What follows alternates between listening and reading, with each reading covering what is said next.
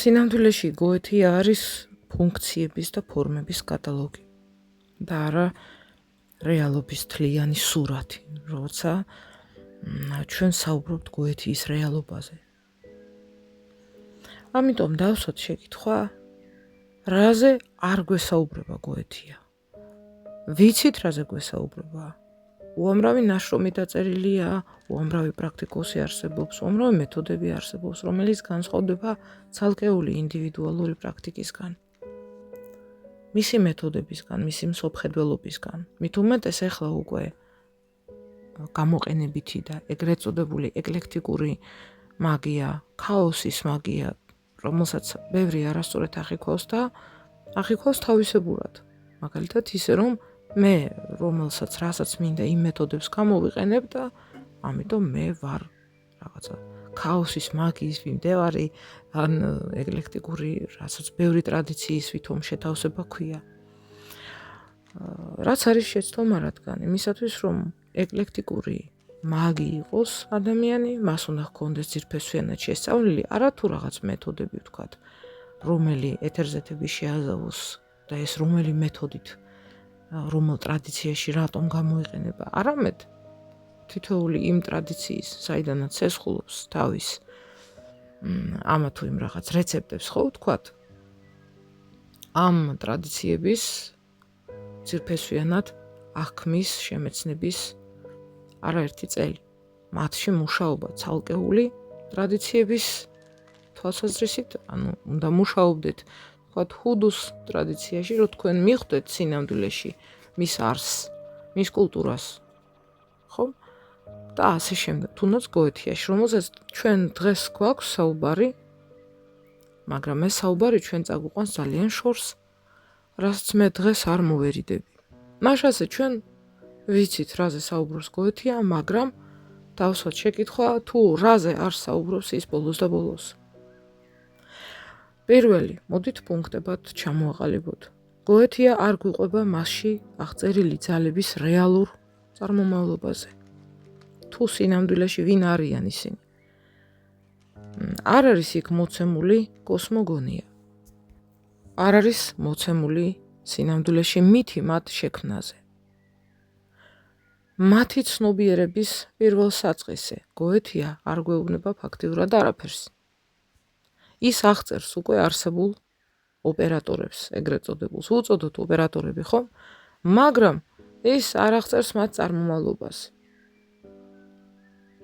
დაახლოებით ისეა, როგორც ვთქვათ, ჩვენ ვისაუბროთ რაღაცა მინისტრებზე და არ ვისაუბროთ სახელმწიფოზე, რომლის მინისტრებიც ისინი არიან. არც მოსახლეობაზე, არც კანონებზე, რომლებითაც მათი საქმიანობა შემოიფარგლება. არის გოეთიაში იქ, რომ ყველა ვთქვათ, დემონს აქვს თავისი ფუნქცია, შესაძლებლობები, მაგრამ გამოცდილი პრაქტიკი ყოველთვის გეტყვით, რომ თუ ამა თუ იმ დემონს აქვს რაღაც ფუნქცია ალისტერ კროულის თქვათ აღწერილი მასალებით, სხვა პრაქტიკოსებისთვის ყოველი დემონი, რომელიც კონკრეტულად არის აღწერილი, სხვადასხვა თვისებებს ავლენს. რატომ ხდება ასე? გაგჩენიათ ამის შეკითხვა. გავაგრძელოთ მეორე საკითხი, პუნქტი. გოეთი არ საუბრობს ფასზე. ტექსტებში ფაქტიურად არაფერი ითქმის იმაზე, თუ რა საფასურს იხდის პრაქტიკოსი სინამდვილეში. აი სიტყვა სინამდვილეში დღეს ძალიან ბევრჯერ უნდა გამოვიყენო. ვისაც არ ესიამონება, იქ დააპაუზოს ხოლმე. რა არის ეს საფასური? არა ეხლა და აქ, არამედ იქ გადავადებულ შორეულ პერსპექტივაში, ბოლო რო დაგიდგებათ. თქვენ, ჩვენ ყველას მოკლედ. რაც არის ბუნებრივი. რა იცვლება დროის განმავლობაში თავად პრაქტიკულში. ანუ თქვენში, როგორც პიროვნებაში და ყველაფერი შემოიფარგლება ამით. აკეთებ, იღებ. თუმცა როგორც თავიდანვე აღვნიშნე, გაცვლის მექანიზმი, ანუ ის თუ სულ ბოლოს რა საფასურს იხდის პრაქტიკოსი, ამაზე საუბარი არ ხდება. გავაგრძელოთ მესამე პუნქტი. გოეთია არ საუბრობს მაგის ტრანსფორმაციაზე. ჩვენ მივყვებით ახლა აქ ეტაპობრივად. ის იძლევა ძალაუფლებას, შედეგს და კონტროლის მექანიზმებს. გასწავლით ამ ყველაფერს, რომლებითაც თქვენ უკვე უკავშირდებით ძალებს, იღებთ სასურველ შედეგებს, მაგრამ არასდროს არ ამბობს გოეთია თუ რა მოგიწევთ გადაიხადოთ ამის საფასურად, ანუ რა გახდებით შემდეგ. აი იქ სულ ბოლოს. რად იქცევა თქვენი პიროვნება, იმიტომ რომ ყველაფერს რასაც ვაკეთებთ, ახთენს გავლენას არა მხოლოდ გარე სამყაროზე, არამედ ჩვენზე.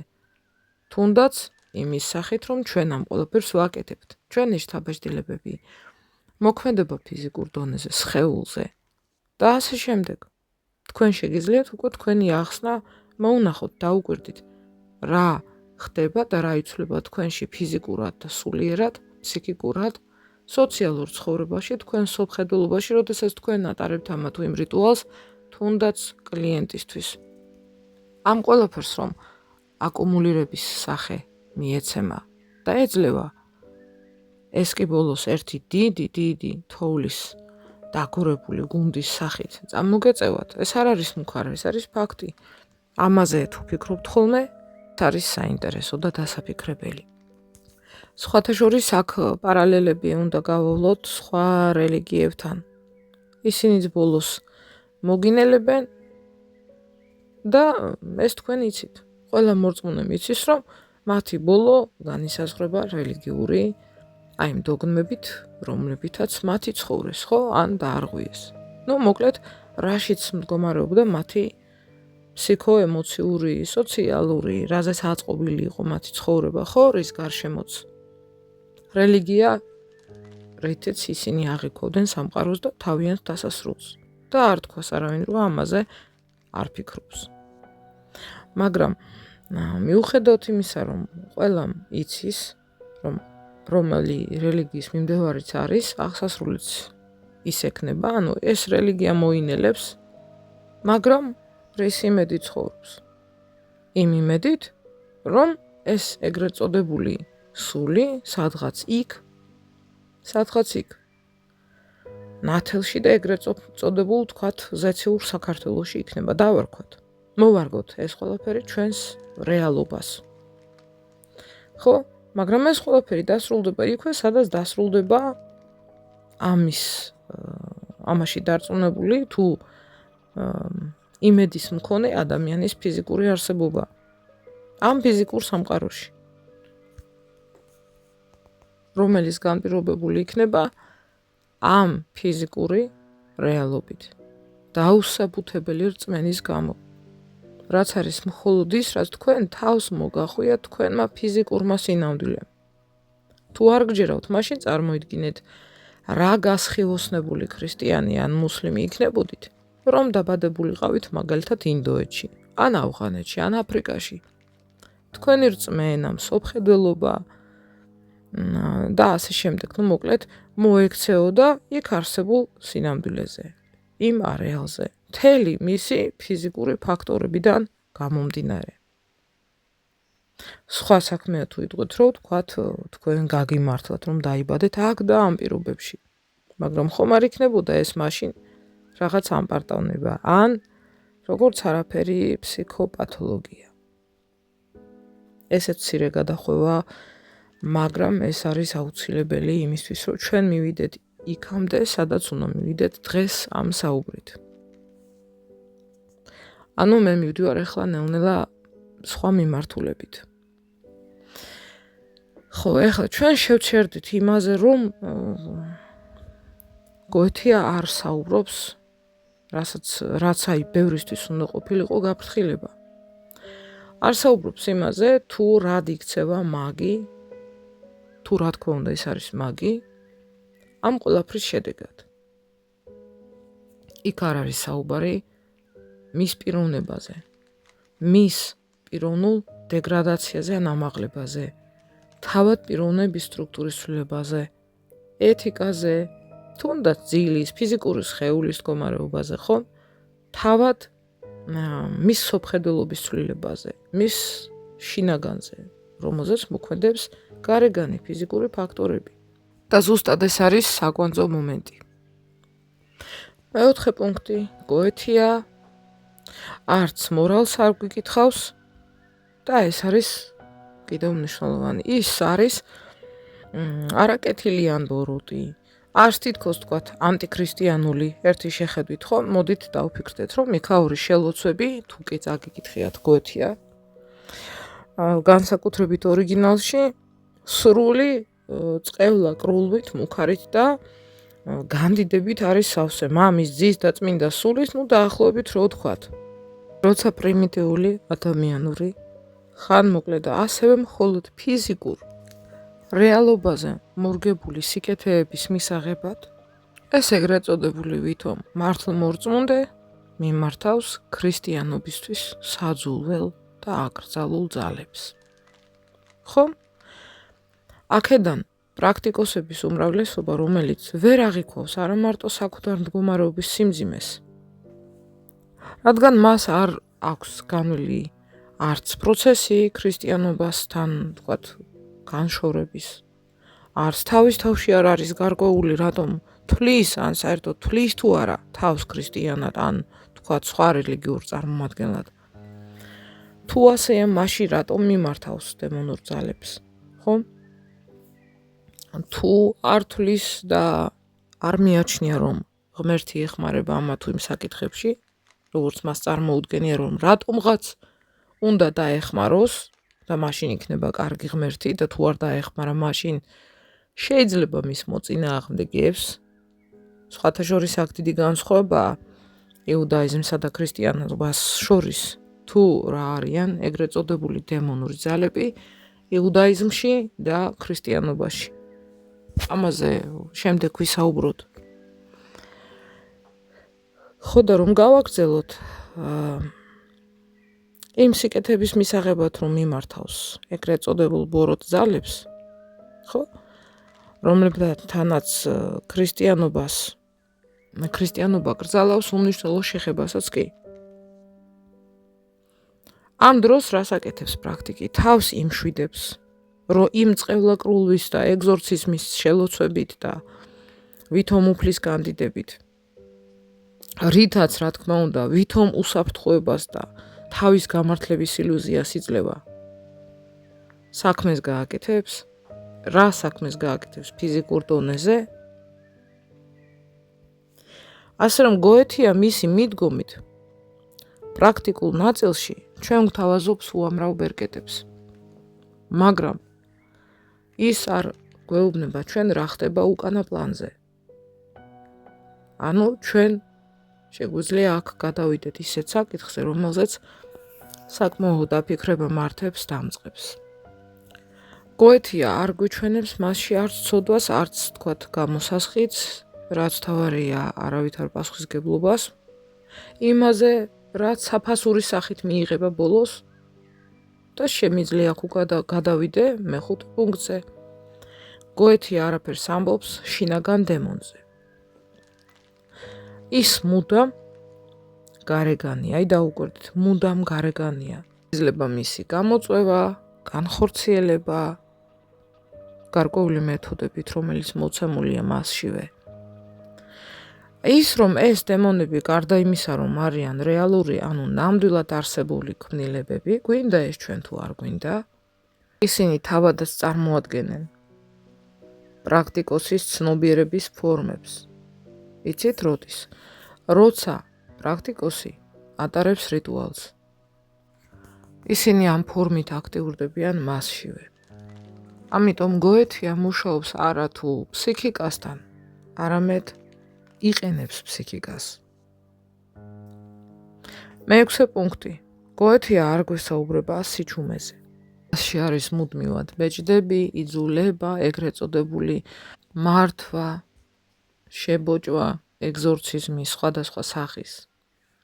მაგრამ ფაქტიურად არ არის იქ ნახსენები მდუმარება, სიცარიელე, არ მოქმედება და პირიქით დაკვირვება, განჭრედა, გაცნობიერება, მიღმა გახედვა ამ მექანიზმების იქეთ. მაკეტის მიღმა, რომლის გარეშეც მაგიის უმაღლესი ფორმის გამოვლინება შეუძლებელია. მეშვიდე პუნქტი. გოეთია არ საუბრობს მასში მოცემული ძალების თავისუფლებაზე. ისინი ემორჩილებიან გოეთიის მიხედვით ოპერატორს შეიძლება მათი იძულება, მათ მიმართ ბრძანებების გაცემა, ხო? ისევ და ისევ იმ ღმერთის იმედით, რომლის იმედიც არ აქვს პრაქტიკოს, პრობლემის მოგვარება შეინახეთ რა აბსურდია. დააკვირდით. ეს კიდევ პატარა პრობლემაა, თუ ჩვენ არ გავხედავთ, თქვათ, არ შევხედავთ იმ ფაქტს, როდესაც განხილულია, რომ ისინი ემორჩილებიან გარკვეულ შელოცვებს, მათ მიმართ ბრძანებების გაცემას, მაგრამ არ განიხილება ის შემთხვევა, თუ რა შეიძლება იყოს, ასე რომ არ იყოს. და რას ნიშნავს საერთოდ დამორჩილება ადამიანური ენის და ცნობიერების მიღმა. რაც ადამიანებს ესმით როგორც დამორჩილება, ხო, იძულება რაღაც გააკეთებინო ძალას, რომელიც ჩვენზე მეტია, რა ხდება ამის მიღმა? ასე რომ არ იყოს, რა შეიძლება იყოს? კარგით გავაგრძელოთ. მერვე გოეთია არ გაფრთხილებთ იმაზე, რომ ის ფორმების და სახელების სახით ბოლო-ბოლო არის თქვენთვის ხაფანგი. კი, იძლევა ვთქვათ კონკრეტულ სახელებს, რანგებს, სიგილებს, ხო, შესაძლებლობებს, როგორც უკვე ვიცით. მაგრამ არ გვაფრთხილებს, რომ დროთა განმავლობაში ვთქვათ, ეს ფიქსირებული ფორმები კლიშეებად იქცევა, რომლებთანაც თქვენ იწყებთ მუშაობას როგორც ოპერატიულ შაბლონებთან. და მაშინ აი ეს ფორმები, ყველაფერი საერთოდ სიგილები, სახელები, მათი თვისებები, ფუნქციები, შესაძლებლობები კარგავს ცოცხალ ძალას. თქვენი მათთან ურთიერთქმედება თქვენთვის ხდება როგორც ჩვეულებრივი ფუნქცია, гаджеტი. და ეს არის თქვენი მათ მიმართ დამოკიდებულება, სადაც არ განიხილება მათი თქვენს მიმართ დამოკიდებულება და რეაქცია, რომელიც დროის აღქმაში სრულიად განსხვავებულია, რადგან მათთვის დრო სულ სხვანაირად მიდის, თუ მიდის საერთოდ და ადამიანისთვის დრო სულ სხვა მნიშვნელობა აქვს და გარემოებას. ხო?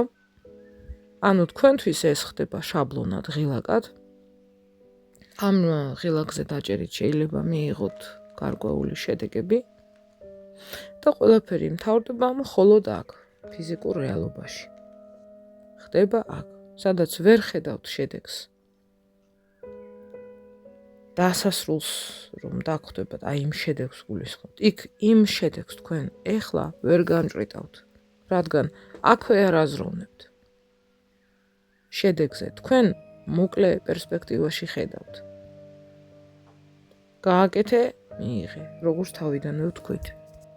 და ზუსტად ის შედეგი, რომლის პერსპექტივათაც მოულოდნელს სხვათა შორის, რადგან სიკვდილი მოულოდნელად დგება. ან სიკვდილის მოლოდინი, რომელიც დიდი ხანი არ გრძელდება. ხო? თქვენ ამას ვერ განჭრეთ და ამიტომ ვერ ხედავთ და ამიტომ ეს არის ზუსტად ის ხაფანგი, რომელზეც მე გეუბნებოდით. ხო, ეს არის ჩვენი მერვე პუნქტი. გაიხსენეთ სიტყვები და ვინ ამბობდა ამ სიტყვებს, რომ ცუდი არათუ ის არის, რომ ადამიანი არის მოკვდავი. არამედ ცუდი არის ის, რომ ადამიანი მოულოდნელად მოგდავია, რომ სიკვდილი მოულოდნელად დგება და თუ თქვენ მოგეცათ რამდენიმე ყლუპი ჰაერის ჩაყლაპვის უფლება მოსალოდნელი სიკვდილის გაფრთხილების სახით, ეს მაინც გარდაუვალია. უბრალოდ ეს არის განსხვავება ხარისხში. მოსალოდნელი სიკვდილი სიკვდილზე უარესია. და ამ შემთხვევაში გამოსავალი არ არის სიკვდილის გარდა. მე-9 პუნქტად მოვნიშნოთ ის, რომ გოეთი არ გვიჩვენებს გზას.